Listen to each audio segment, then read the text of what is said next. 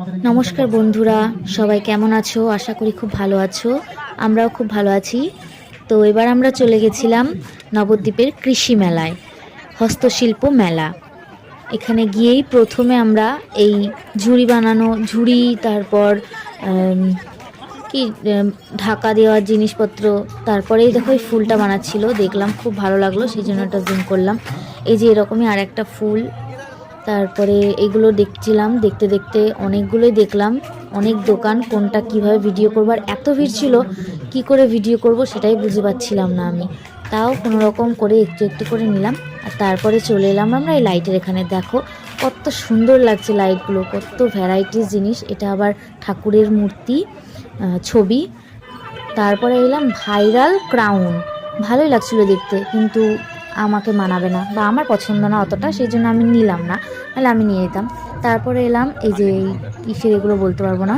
তো এই যে এইগুলো ডিজাইন কত সুন্দর ইয়ে করা, এই যে পুতুল, কত সুন্দর চৈতন্য।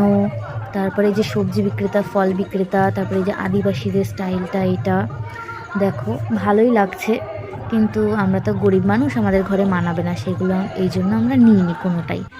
তো এই যে দেখো এখানেও আরও অনেক পুতুল অনেক রয়েছে সাজানো, ভালোই লাগছে দেখতে, ভিডিও করছি। এটা আবার একটা মানে কাপড়ের ওপরে। তারপরে দেখো পালকি, এটা হাওড়ার ব্রিজ, এটা একটা গণেশ ঠাকুর এখানে এরকম, এটা একটা প্লেট। আর এই দেখো, আর এটা দেখো, এটা সবথেকে কিউট ছিল আমার কাছে, বর বউ, খুব ভালো লাগছিল। আর এগুলো দেখো ছবি কীরকম, নিজেগুলো হাতেই করা, দেখে বোঝা যাচ্ছিলো ভালোই লাগছিল। আমি সঠিক বলতে পারবো না কোনটা কিভাবে তৈরি হয়েছে, আমি জাস্ট দেখেছি, দেখে ভিডিও করেছি, আমার আর কোনো কাজ নেই, এটাই করেছি। তারপরে আমার ছেলের আবার একটা বন্দুক পছন্দ হয়েছে, তো বন্দুকটা নিয়ে নিল। দেখো, তারপরে আমি আবার ছেলেকে জিজ্ঞেস করলাম যে বন্দুকটা দেখাও, দিয়ে বললাম হাসি, একটু হাসো, তোমার পছন্দ হয়েছে? যাই হোক, নিয়ে নিল। তারপরে গেলাম এই যে ক্লিপ, ভাইরাল ক্লিপগুলো আমার এত পছন্দ, কিন্তু কি করব, আমার মাথায় চুল নেই। তারপরে এই যে দেখো কত সুন্দর সুন্দর কানের, এগুলোই তো আমাদের মন কাড়ে, তাই না? দেখলাম, আর কি করব, কিছু করার নেই, অনেক কিছু আছে বলে কোনো কিছুই নিতে পারলাম না, আর নিলাম না। এখন নেওয়ার কথা বললে আমাকে বকা দিয়ে দেবে, কারণ ঘরে এত কিছু আছে, আবার নিয়ে আমি কি করব। তারপরে দেখো এই বন্দুকটা, আবার ওইটা নেওয়ার পরে আবার এইটা পছন্দ হয়েছে, কিন্তু কিছু করার নেই, নেওয়া হয়ে গেছে। আর এই যে এইগুলো দেখে তো আমি জাস্ট পাগল হয়ে যাচ্ছিলাম, কি করব, কিন্তু সবগুলো তো নিতে পারবো না। আর এটা হচ্ছে একটা গর্জিয়াস দোকান, এগুলো হচ্ছে বিবাহিত মহিলাদের মন কাড়ার দোকান আর কি।